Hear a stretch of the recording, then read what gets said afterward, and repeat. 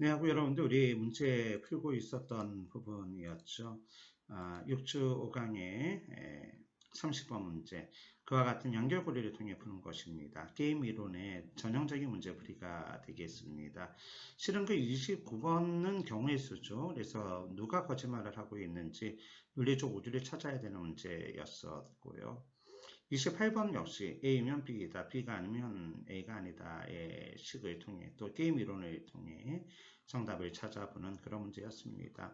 자, 그래서 실전에서는요, 조금 전에 말씀드린 게임 이론은 우리가 언어 영역에서 일반적으로 지문을 통해 읽으면서 OX를 치는 이해 영역 또는 그걸 적용하는 상대편의 주장을 읽고 분석하고 거기에 대해 비판을 가하는 적응의 영역, 그리고 나의 의견을 제시하거나 그걸 통해 연역적인 사고를 전개하는 추론의 영역 또는 적용의 영역, 그 세 가지 영역, 그게 일반적으로 언어 영역에서 물어보는 내용이죠.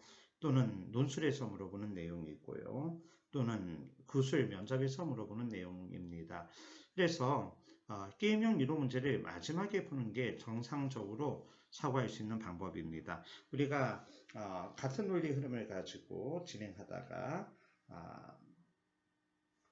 어려운 걸 나중에 푸는 게 더 나을 수 있다는 이야기가 되겠습니다. 물론 뭐 1번부터 10번 풀고 21번부터 30번 풀고 이것도 뭐 나쁜 방법은 아니에요. 그러나 조금 전처럼 그게 섞일 가능성도 없잖아 있기 때문에 단순화시키면은 첫 번째 방법은 게임 이론을 맨 마지막에 풀고 1번부터 쭉 푸는 방법이 좋겠다. 그리고 정답을 반드시 적어야 됩니다. 헷갈리는 건 별표를 치더라도 정답은 반드시 주어진 시간 안에 마킹을 하고 가야만 합니다. 그게 시간 관리 요령이죠.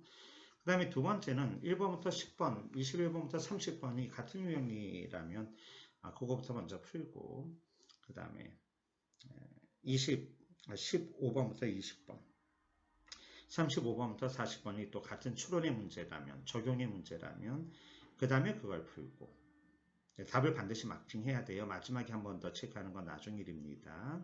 OX, 동그라미 같은 걸 치면서 구조적인 도피가 중요합니다.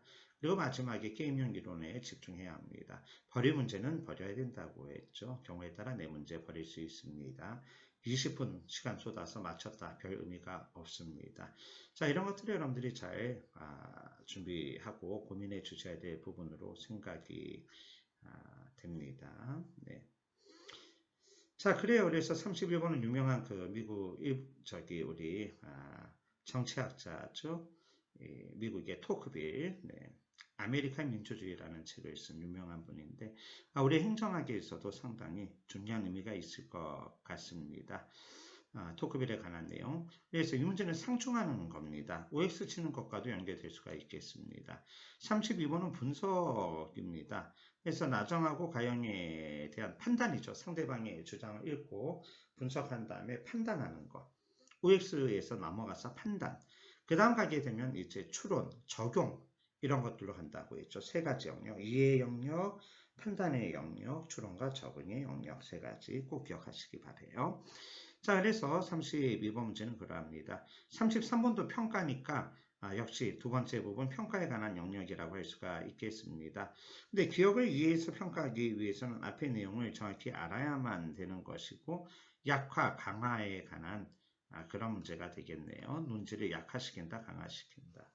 사족 같은 거 안 된다고 했잖아요. 또는 그 주장을 전면으로 배치되는 내용도 안 되는 거죠.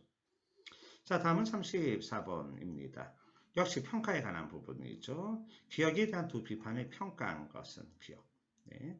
그래서 기억. 로빈 후드의 가본을 여기서 읽어야 되고 그걸 평가하는 겁니다. 역시 마찬가지겠습니다. 이제 여러분들 아실 겁니다. 기억이 맞다면 1, 3, 5에서 답을 추져야 됩니다. 네. 린이 맞다면 또 2번하고 4번 중에 하나가 답이 되는 것이죠. 자, 그래서 기억이 만약에 어렵게 느껴져서 잘 모른다면 니은이나 디귿 중에 쉬운 거를 하나 정확히 체크하고 그 다음으로 가는 것도 여러분들 방법이 되겠습니다. 그러나 디귿은 체크할 필요가 없어요. 네. 네, 디귿이 물론 틀린다고 해도 기억 내내 다 봐야 되니까 그래요. 일단은 뭐 그런 부분 한번 말씀을 드리고요.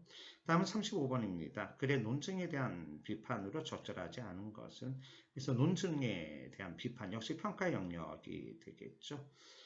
네, 그렇습니다. 그래서 뭐 36번 같은 경우도 논증이 약하는 문장이라 큰 차이는 없지만 지문이 상당히 길어서 난이도가 조금은 여러분들이 읽을 때 높아져가는 그런 부분이 된다고 할 수가 있을 듯 싶어요.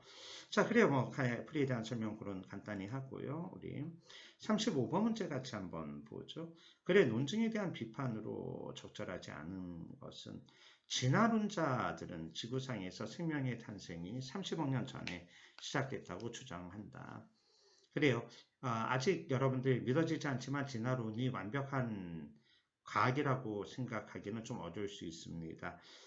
창조론도 허구라고 생각할 수가 있는데 그것도 완벽하게 허구라고만 말하기 어려운 부분이 있죠. 빅뱅에서 출발했다고 우주의 기원을 이야기합니다만 왜 빅뱅이 일어났는지는 아무도 설명하지 못하고 있습니다. 무에서 유가 나오는 게 가능한 것인가? 아무것도 없는 것에서 우주가 생겨날 수 있는가? 우주는 아무것도 없는 상태에서 얼마나 많은 시간이 흘렀는가? 시간은 지구상에서나 통용되는 개념이지 우주에서 통용되는 개념이 아니지 않는가? 뭐 다양한 고민을 할 수가 있는 것이죠. 자, 그래서 진화론자들 논증은 결국 생명의 탄생이 30억 년 전에 시작했다. 그런데 이게 주제문이 되겠죠. 5억 년 전에 다양한 생물, 그래서 5억 년 전 다양한 생물이 나타났다는 겁니다. 그리고 인간종이 태어난 건 10만 년 전. 길게는 100, 짧게는 이거 자체가 사실은 미안합니다. 비과학적 용어죠. 90만 년이라는 게 얼마나 긴 세월입니까? 자, 그래서 아무튼 약 180만 종의 생물종. 네. 현재는 180만 종.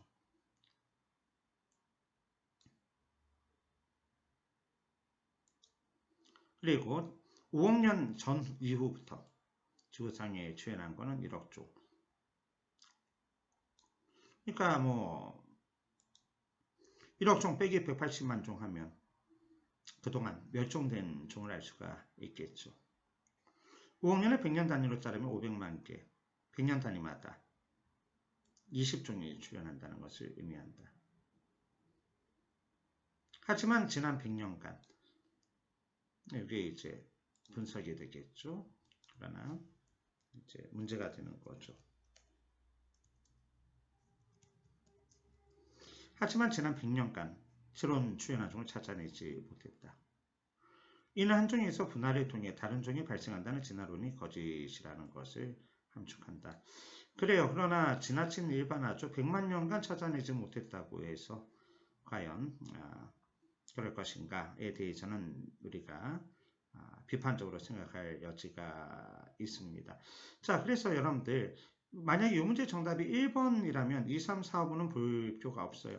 문제가 되는 거는 그런 정도로 여러분들이 이 문제를 독해할 때 자신감이 있는 독해를 할 수 있느냐에 있습니다. 그래서 35번 같은 경우를 보면은요. 네. 문제 정답은 4번이 답이 되는데 여기에서 풀이 1, 2, 3, 4번이 되어 있는데 두 가지 방법이 있습니다. 하나는 여기 지문에 있는 것처럼 1번, 2번, 3번 틀리고 4번 정답이라고 해서 가는 방법이 하나가 있고요. 비판으로 적절하지 않은 거니까 아는 거 하나만 찾으면 되거든요.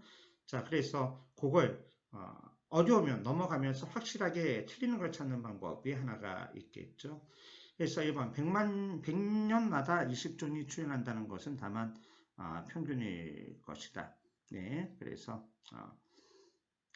현재 신생종 출현 빈도는 그보다 훨씬 작을 수 있지만 더 많을 수 있다. 아주 중요한 반응이죠. 적절한 반박입니다. 2번 5억 년 전 이후부터 1000만 종 이하일 수 있다.